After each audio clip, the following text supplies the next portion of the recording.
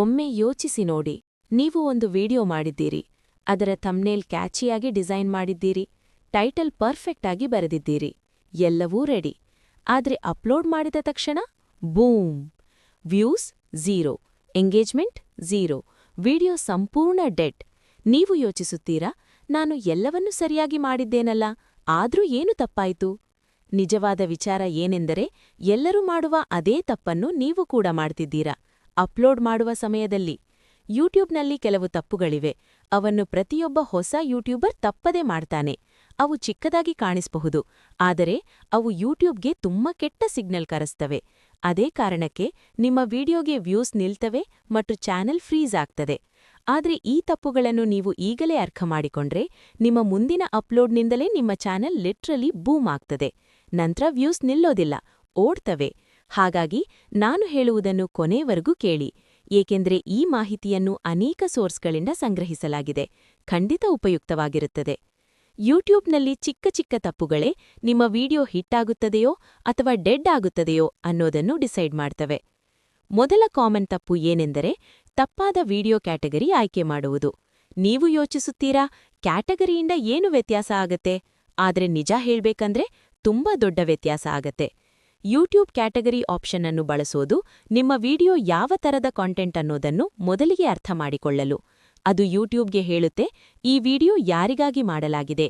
Comedy ಪ್ರಿಯರಿಗಾ, tech video ನೋಡೋರಿಗಾ, ಅಥವಾ ಬೇರೆ ಯಾವ ಇಂಟ್ರೆಸ್ಟ್ ಇರೋರಿಗಾ? ನೀವು ತಪ್ಪು ಕ್ಯಾಟಗರಿ ಆಯ್ಕೆ ಮಾಡಿದ್ರೆ ಯೂಟ್ಯೂಬ್ ನಿಮ್ಮ ವಿಡಿಯೋವನ್ನು ತಪ್ಪು ಜನರಿಗೆ ತೋರಿಸುತ್ತದೆ. ಅದರ ಪರಿಣಾಮ CTR down, watch time down. ಇದನ್ನು ಒಂದು ಉದಾಹರಣೆಯಿಂದ ಅರ್ಥ ಮಾಡಿಕೊಳ್ಳಿ. ಒಬ್ಬ YouTuber smartphone review video upload ಮಾಡಿದ, ಆದ್ರೆ ತಪ್ಪಾಗಿ ಕ್ಯಾಟಗರಿ ಕಾಮಿಡಿ ಸೆಲೆಕ್ಟ್ ಮಾಡಿದ. ರಿಸಲ್ಟ್, ಆ ವಿಡಿಯೋಗೆ ಕೇವಲ 500 ವ್ಯೂಸ್ ಮಾತ್ರ ಬಂದವು, ಆದ್ರೆ ವಿಡಿಯೋ ತುಂಬಾ ಡಿಸರ್ವ್ ಮಾಡ್ತಿತ್ತು. ನಂತರ ಅದೇ ವಿಡಿಯೋದ ಕ್ಯಾಟಗರಿ ಚೇಂಜ್ ಮಾಡಿದಾಗ ಕೆಲವು ಸಮಯದಲ್ಲೇ ಅದು 10,000 ವ್ಯೂಸ್ ಈಸಿಲಿ ಕ್ರಾಸ್ ಮಾಡಿತು.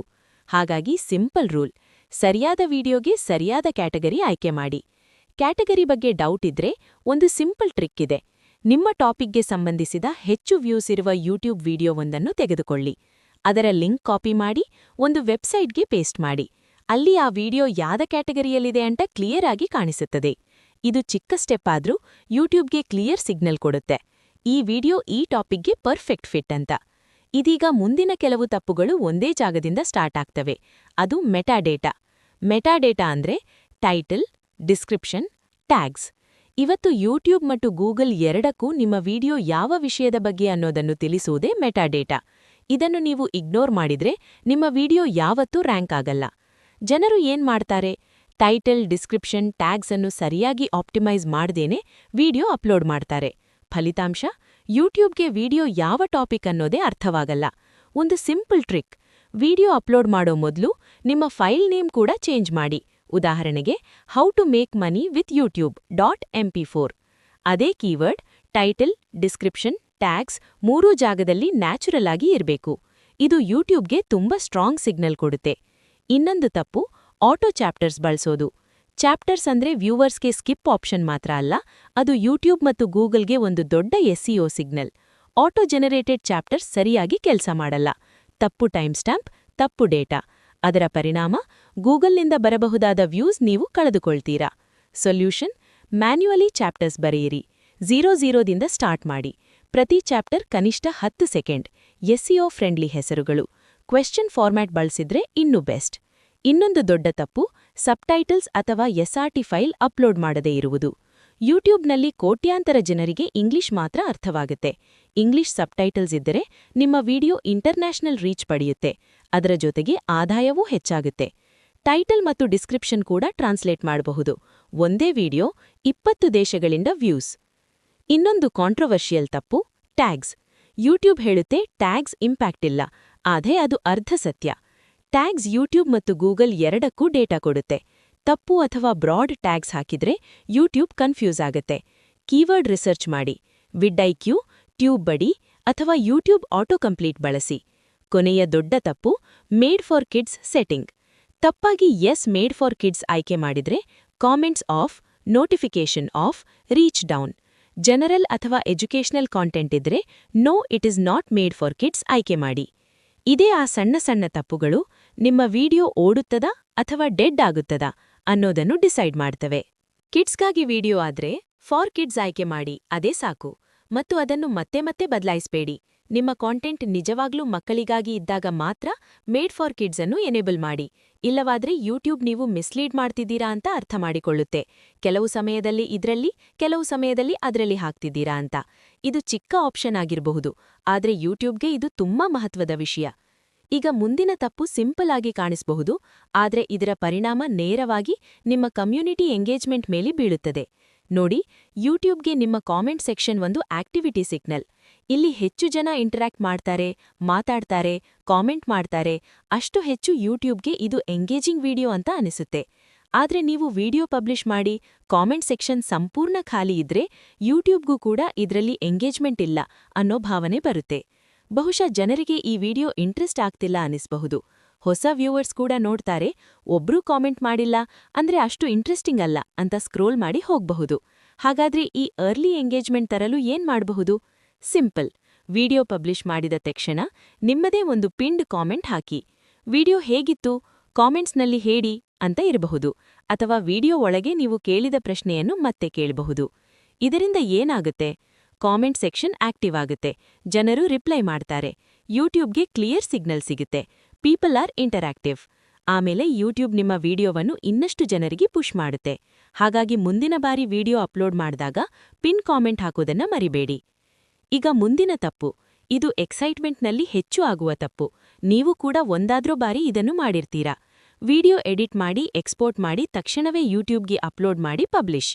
ಆದ್ರೆ ಗೊತ್ತಾ, ಈ ಚಿಕ್ಕ ಆತುರ ನಿಮ್ಮ ವಿಡಿಯೋದ ಫಸ್ಟ್ ಇಂಪ್ರೆಷನ್ ಅನ್ನು ಸಂಪೂರ್ಣವಾಗಿ ಹಾಳ್ಮಾಡಬಹುದು.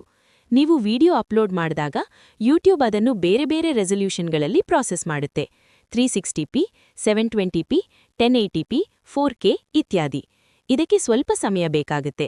ಕೆಲವೊಮ್ಮೆ 1-2 ಗಂಟೆ, ಕೆಲವೊಮ್ಮೆ 4-6 ಗಂಟೆ. ಇದು ವಿಡಿಯೋ ಸೈಜ್ ಮೇಲೆ ಡಿಪೆಂಡ್ ಆಗುತ್ತೆ. ನೀವು ತಕ್ಷಣ ಪಬ್ಲಿಷ್ ಮಾಡಿದ್ರೆ ವ್ಯೂವರ್ಗೆ ಲೋ ಕ್ವಾಲಿಟಿ, ಬ್ಲರ್ರಿ, ಪಿಕ್ಸೆಲೇಟೆಡ್ ವರ್ಷನ್ ಸಿಗುತ್ತೆ. ಮೊದಲ 100-200 ಜನ ಕ್ಲಿಕ್ ಮಾಡಿ ನೋಡ್ತಾರೆ, ಕ್ವಾಲಿಟಿ ಚೆನ್ನಾಗಿಲ್ಲ ಅಂತ ವಿಡಿಯೋ ಬಿಟ್ಟು ಹೋಗ್ತಾರೆ. ರಿಸಲ್ಟ್? ಅಲ್ಗಾರಿದಮ್ ರೀಚ್ ಕಡಿಮೆ ಮಾಡುತ್ತೆ. ಸಿಂಪಲ್ ಸೊಲ್ಯೂಷನ್ ಏನು? ವಿಡಿಯೋ ಅಪ್ಲೋಡ್ ಮಾಡಿದ ತಕ್ಷಣ ಸ್ಕೆಡ್ಯೂಲ್ ಮಾಡಿ, ಕನಿಷ್ಠ 3-6 ಗಂಟೆಗಳ ನಂತರಕ್ಕೆ, ಅಥವಾ 24-48 ಅವರ್ಸ್ ನಂತರ ಪಬ್ಲಿಷ್ ಮಾಡಿ. ಮತ್ತೊಂದು ವಿಷಯ, ವಿಶೇಷವಾಗಿ ಮಾನಿಟೈಸ್ ಆದ ಚಾನೆಲ್ಗಳಿಗಾಗಿ.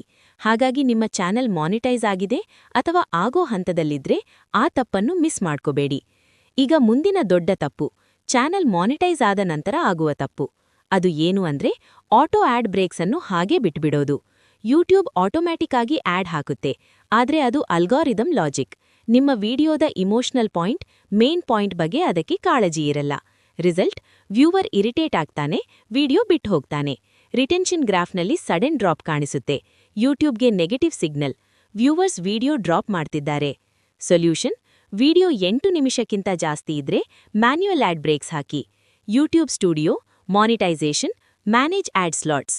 ಎಲ್ಲಿ ಆಡ್ ಬೇಕು, ಎಲ್ಲಿ ಬೇಡ ಅಂತ ನೀವೇ ಡಿಸೈಡ್ ಮಾಡಿ. ಯೂಟ್ಯೂಬ್ನಲ್ಲಿ ಲಾಂಗ್ ಟರ್ಮ್ ಹಣ ಕೇವಲ ಆಡ್ನಿಂದ ಅಲ್ಲ, ರಿಟೆನ್ಷನ್ನಿಂದ. ವ್ಯೂವರ್ ಪೂರ್ಣ ವಿಡಿಯೋ ನೋಡಿದ್ರೆ ಯೂಟ್ಯೂಬ್ ಇನ್ನಷ್ಟು ವಿಡಿಯೋಗಳನ್ನು ಪುಷ್ ಮಾಡುತ್ತೆ. ಲಾಂಗ್ ರನ್ನಲ್ಲಿ ನಿಮ್ಮ ಚಾನಲ್ ರೆವೆನ್ಯೂ ಹೆಚ್ಚಾಗುತ್ತೆ. ಆಟೋ ಆಡ್ಸ್ ಅನ್ನು ಟೈಮ್ ಇಲ್ಲದಾಗ ಅಥವಾ ಎಲ್ಲಿ ಆಡ್ ಬಂದ್ರೂ ಫರಕಿಲ್ಲ ಅನಿಸಿದಾಗ ಮಾತ್ರ ಯೂಸ್ ಮಾಡಿ. ಈಗ ಮುಂದಿನ ತಪ್ಪು, ಚಿಕ್ಕದಾದರೂ ವೀಕ್ಷಣೆಗಳಿಗೆ ದೊಡ್ಡ ನಷ್ಟ. ಯೂಟ್ಯೂಬ್ಗೆ ಒಂದು ಪ್ರಮುಖ ಮೆಟ್ರಿಕ್ ಇದೆ, ವಾಚ್ ಸೆಷನ್ ಟೈಮ್. ಒಬ್ಬ ವ್ಯೂವರ್ ನಿಮ್ಮ ವಿಡಿಯೋ ನೋಡಿ ನಂತರ ನಿಮ್ಮ ಇನ್ನೊಂದು ವಿಡಿಯೋ ಕೂಡ ನೋಡಿದ್ರೆ ಯೂಟ್ಯೂಬ್ಗೆ ನೀವು ಜನರನ್ನು ಪ್ಲಾಟ್ಫಾರ್ಮ್ನಲ್ಲಿ ಹಿಡಿದುಕೊಳ್ಳಬಲ್ಲ ಕ್ರಿಯೇಟರ್ ಅಂತ ಅನಿಸುತ್ತೆ. ಇಲ್ಲಿ ಪ್ಲೇಲಿಸ್ಟ್ ತುಂಬಾ ಪವರ್ಫುಲ್. ವಿಡಿಯೋಗಳನ್ನು ಪ್ಲೇಲಿಸ್ಟ್ ಅಥವಾ ಸೀರೀಸ್ನಲ್ಲಿಟ್ರೆ ಒಂದು ವಿಡಿಯೋ ನಂತರ 2ನೇಯದು, 3ನೇಯದು ಅಂತ ನೋಡ್ತಾ ಹೋಗ್ತಾರೆ. ಹೆಚ್ಚು ವಾಚ್ ಟೈಮ್, ಹೆಚ್ಚು ವ್ಯೂಸ್, ಹೆಚ್ಚು ರೆವೆನ್ಯೂ, ಒಟ್ಟಾರೆ ಗ್ರೋತ್. ಆದ್ರೆ ಪ್ಲೇಲಿಸ್ಟ್ ಇಲ್ಲ ಅಂದ್ರೆ ಒಂದೇ ವಿಡಿಯೋ ನೋಡಿ ಹೊರಗೋಗೋ ಚಾನ್ಸ್ ಜಾಸ್ತಿ. ಹಾಗಾಗಿ ಪ್ರತಿಯೊಂದು ವಿಡಿಯೋವನ್ನು ಒಂದು ಪ್ಲೇಲಿಸ್ಟ್ಗೆ ಸೇರಿಸಿ ಮತ್ತು ಪ್ಲೇಲಿಸ್ಟ್ ಡಿಸ್ಕ್ರಿಪ್ಷನ್ ಬರೆಯೋದನ್ನ ಮರೆತಬೇಡಿ. ಯೂಟ್ಯೂಬ್ ಟಿವಿ ಸರ್ಚ್ನಲ್ಲಿ ಅದು ಶೋ ಆಗುತ್ತೆ. ಇನ್ನೂ ಸ್ಮಾರ್ಟ್ ಆಗಿ ಹೇಳ್ಬೇಕಂದ್ರೆ ಪ್ಲೇಲಿಸ್ಟ್ ಅನ್ನು ಒಂದು ಮಿನಿ ಸೀರೀಸ್ ತರದ ಕ್ರಿಯೇಟ್ ಮಾಡಿ. ಒಂದು ವಿಡಿಯೋ ನಂತರ ಮತ್ತೊಂದು, ಫ್ಲೋನಲ್ಲಿ. ಚಿಕ್ಕ ಅಭ್ಯಾಸ, ಆದ್ರೆ ದೊಡ್ಡ ಲಾಭ. ಇನ್ನೂ ಇಂತಹ ಯೂಟ್ಯೂಬ್ ರಿಲೇಟೆಡ್ ವಿಡಿಯೋಗಳು ಬೇಕಾದ್ರೆ ಚಾನೆಲ್ ಸಬ್ಸ್ಕ್ರೈಬ್ ಮಾಡಿ, ಬೆಲ್ ನೋಟಿಫಿಕೇಶನ್ ಆನ್ ಮಾಡಿ. ಮುಂದಿನ ವಿಡಿಯೋಗಳ ಲಾಭ ಮೊದಲು ನಿಮಗೆ ಸಿಗಲಿ. ಈಗ ನಿಮಗೆ ಗೊತ್ತಾಯ್ತು ಯೂಟ್ಯೂಬ್ನಲ್ಲಿ ಯಾವ ತಪ್ಪುಗಳನ್ನು ಅವಾಯ್ಡ್ ಮಾಡಬೇಕು ಅಂತ. ಧನ್ಯವಾದಗಳು. ಸಂಗ್ರಹ: ಪುನರ್ವರ ರಾಗಿಣಿರಾಜ್.